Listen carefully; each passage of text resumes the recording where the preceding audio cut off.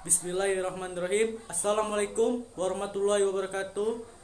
Saya Lois Agustian Bigo akan mempresentasikan tugas yang telah diberikan kepada Pak Okmayendri, Sarjana Teknik Magister Teknik dalam mata kuliah Mekanika Fluida dan Hidrolika semester 2. Langsung saja, presentasi saya berjudul Analisa Dimensi dan Keserupaan.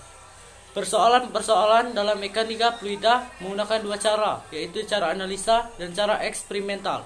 Yang pertama, cara analisa dengan formula matematik, sedangkan cara eksperimental membutuhkan variabel yang mempengaruhi persoalan dan hubungan satu sama lain agar praktis dan ekonomis. Analisa dimensi dipergunakan apabila kedua variabel mempengaruhi suatu gejala fisik dan diketahui hubungannya antara satu dengan yang lain.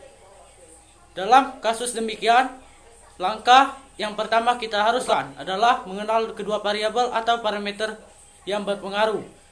Variabel tersebut dapat kita kelompokkan menjadi variabel fisik, variabel geometri, serta variabel lainnya. Dalam teori Buckingham, dasar matematis, apabila dalam suatu persoalan fisik sebuah parameter tidak bebas dan merupakan fungsi dari n satu parameter bebas, maka akan dihubungkan antara variabel tersebut dengan fungsional. Sebagai berikut contohnya, Q1 sama dengan Pi, Q2, Q3, Qn1, di mana 1 merupakan parameter tidak bebas, sedangkan Q2, Q3, Qn1 merupakan parameter bebas. Atau juga dapat ditulis Q1, Q2, Qn sama dengan 0, di mana G sama dengan sembarangan fungsi yang bukan F. Di sini kita bisa lihat contoh gaya drag pada bola yang telah dinyatakan teorinya oleh Buckingham P1. Bila ada fungsi yang terdiri dari n parameter G, Q1, Q2, Qn sama dengan 0, maka parameter tersebut dapat dikelompok menjadi n dikurang m. Kelompok independen dimensional radius atau yang dinotasikan sebagai parameter dan dapat diekspresikan sebagai G N1 N dikurang M sama dengan 0, atau N1 sama dengan G1 N2 titik N dikurang M, di mana M merupakan reverting parameter yang umumnya selalu diambil sama dengan R tetapi tidak selalu. Sedangkan R merupakan jumlah minimum dimensi bebas yang dibutuhkan untuk mengekspresikan dimensi-dimensi dari seluruh parameter yang ada. Contohnya G dalam kurung F D dikurang D per Pi per U sama dengan 0. Pemilihan parameter.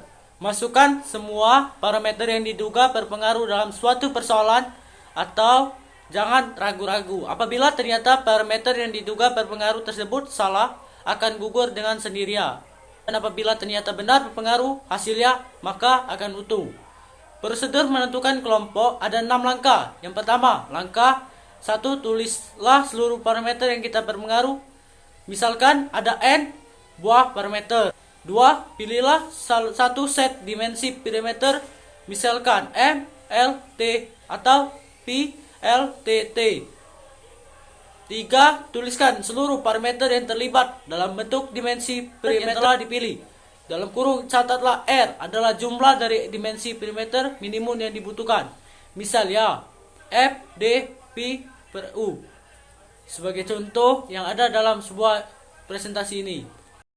Pilihlah parameter yang diulang M, reverting parameter yang jumlahnya sama dengan jumlah minimum dimensi parameter yang digunakan R.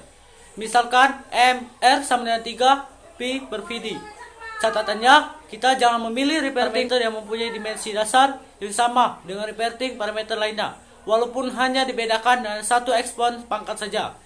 Contohnya L merupakan panjang dengan luas A, L2 tidak boleh dipilih bersama-sama sebagai parameter.